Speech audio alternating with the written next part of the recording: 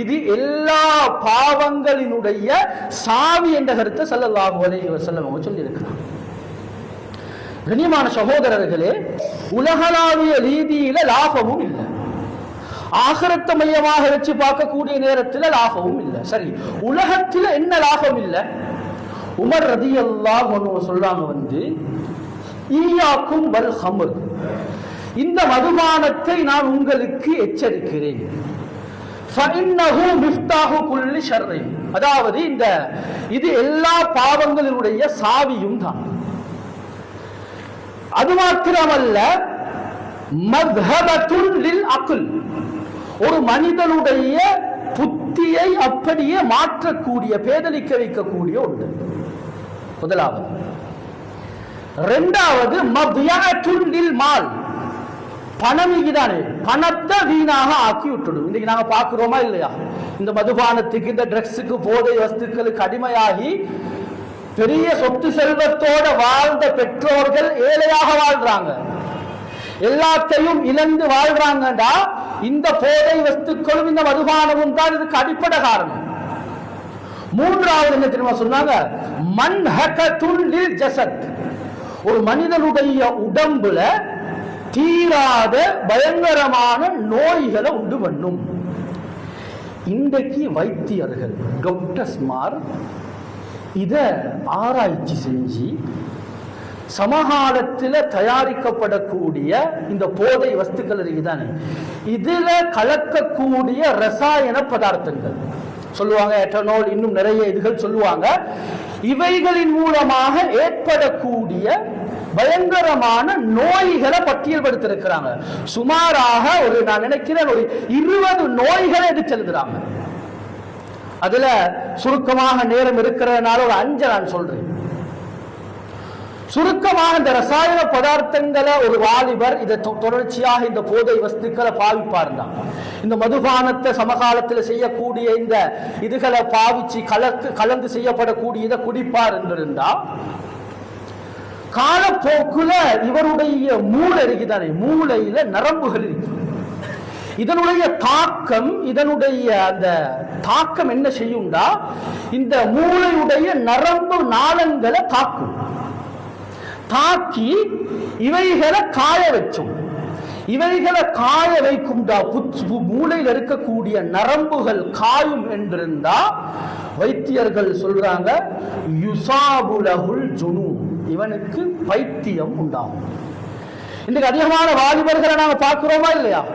வாலிப பெண்களை பாவிக்கக்கூடிய எங்க குடும்பத்தில், எங்க ஊர்ல நாங்க அந்த பங்கன்கள்ல போனா பார்க்கிறோமா இல்லை? இதை பாவிக்கக்கூடியவர்களுடைய நிலைமை, அவர்களுடைய உடம்பு, அவர்களுடைய செயற்பாடுகள் எப்படி இருக்கு?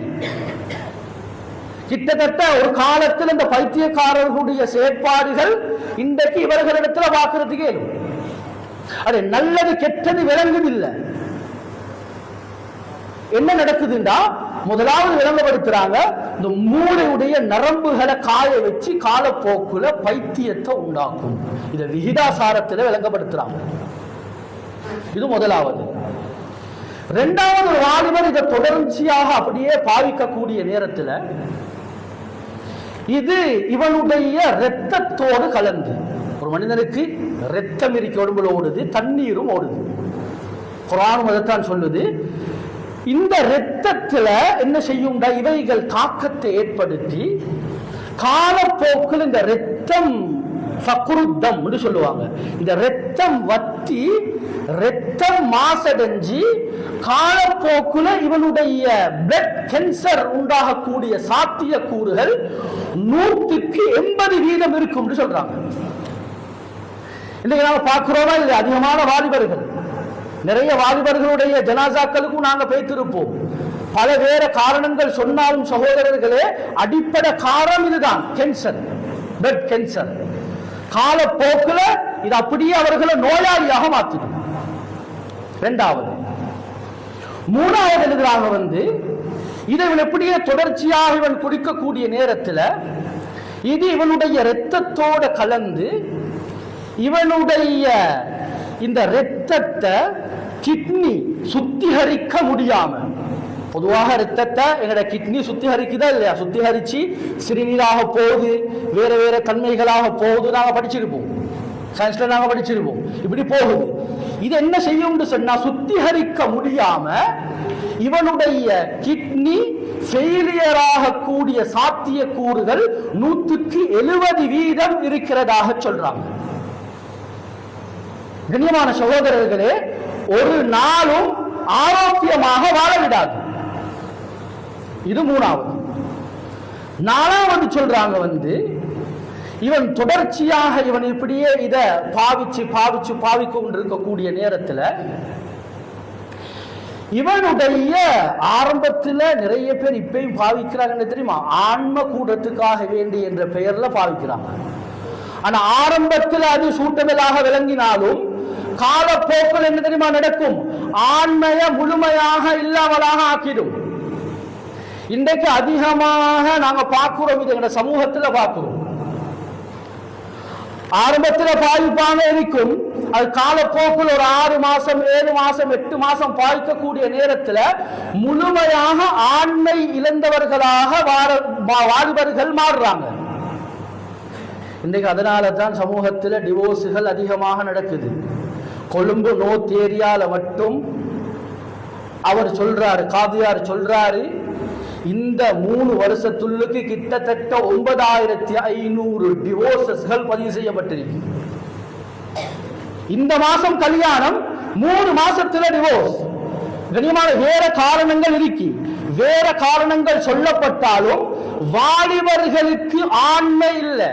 தன்னுடைய தேவைய வெளிப்படையாக சொல்றதாக இருந்தா, தன்னுடைய தேவைய தன்னுடைய மனைவியோட பூர்த்தி செய்ய முடியாத அளவுக்கு இந்த போதை வஸ்துக்களுடைய தாக்கம் உடம்புல உண்டாகிறது. இதுதான் உண்மை. சமூகத்துக்கு நாடகத்துக்கு பல காரணங்கள் சொல்லலாம், ஆனா இதுதான் அசல் காரணம். கண்ணியமான சகோதரர்களே, 5வது கடைசியாக சொல்றேன். 5வதாக சொல்றாங்க, தொடர்ச்சியாக ஒரு மனுஷன் இப்படியே பாவிக்கக்கூடிய நேரத்தில் ஒரு மனிதனுடைய மூட்டுகள் இருக்குதானே, மூட்டுகள்ல ஜெல் தன்மைகள் இருக்கு. அதனால தான் நாங்க உட்கார்றோம், எழும்புறோம், கையை தூக்குறோம், அசைக்கிறோம், சாமான்களை தூக்குறோம். எங்களோட மூட்டுகள்ல அந்த ஜெல் தன்மை இருக்கு. சொல்றாங்க, தொடர்ச்சியாக இதை பாவிக்கக்கூடிய நேரத்தில் வாலிபர்களாக இருந்தாலும் சரி, வாலிப பெண்களாக இருந்தாலும் சரி, யாராக இருந்தாலும் சரி, இந்த ஜெல் தன்மைதானே இது முழுமையாக அவர்களுடைய உடம்புல இல்லாம போகும். இல்லாம போனா நிறைய வாலிபர்களை நாங்க பார்த்துருப்போம். அவங்களுக்கு பாருங்க, பஜாருக்கு போனா ஹார்டான வேலை செய்யலாம். சொல்றாங்க, அதில் வேலையோடு கேட்டாங்க, ஆனா பாரம் இல்லாத, ஹார்ட் இல்லாத வேலையா இருக்கு. தூக்குற வேலைகள் செய்யலாம், ஸ்டோர்ல வேலை செய்யலாம். ஏன்? இந்த போதை வஸ்துக்களை பாவிச்சு அந்த ஜெல் தன்மை இல்லாம போயிட்டு அல்லாஹ் பாதுகாக்கணும். காலப்போக்குல தரிஹல் ஃபிராஷ், பெட்டோட வாழக்கூடிய நிலைமையும் உண்டாகும். அல்லாஹ் பாதுகாக்கும். கண்ணியமானவர்களே, இப்படி இன்னும் 15 விதமான நோய்களை பட்டியல் படுத்தி இருக்கிறாங்க. அப்ப